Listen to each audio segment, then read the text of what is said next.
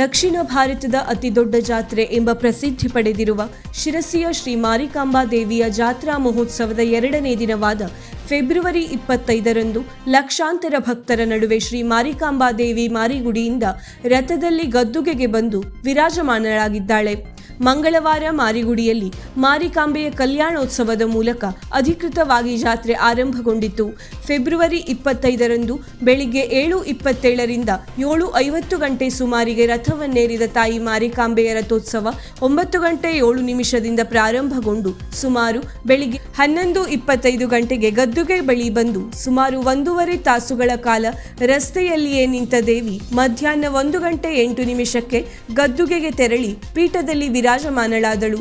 ಮಾರಿಕಾಂಬೆಯೇರಿದ್ದ ರಥವನ್ನು ಲಕ್ಷಾಂತರ ಭಕ್ತರು 1 ಕಿಲೋಮೀಟರ್ನಷ್ಟು ಅಂತರದವರೆಗೆ ಎಳೆದು ಕೃತಾರ್ಥರಾದರು.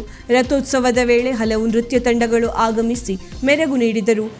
ಸಂಪ್ರದಾಯದಂತೆ ಹರಕೆ ಹೊತ್ತಿದ್ದ ಸಾವಿರಾರು ಭಕ್ತರು ರಥಕ್ಕೆ ಬಾಳೆಹಣ್ಣು, ಕೋಳಿ, ಎಳ್ಳು, ಕಡಲೆ, ಹೂವುಗಳನ್ನು ಎಸೆದು ಭಕ್ತಿ ಮೆರೆದರು. ಮೂಗುತಿ ಸುಂದರಿ ಮಾರಿಕಾಂಬೆ ಸದ್ಯ ಗದ್ದುಗೆಯಲ್ಲಿ ವಿರಾಜಮಾನಳಾಗಿದ್ದು ಭಕ್ತರ ಸೇವೆಗೆ ಅವಕಾಶ ನೀಡಲಾಗುತ್ತಿದೆ. ಮಾರ್ಚ್ 4ರಂದು ಗದ್ದುಗೆಯಿಂದ ಏಳುವ ಮೂಲಕ 9 ದಿನಗಳ ವೈಭವಯುತ ಶಿರಸಿ ಮಾರಿಕಾಂಬಾ ಜಾತ್ರೆ ಸಂಪನ್ನಗೊಳ್ಳಲಿದೆ.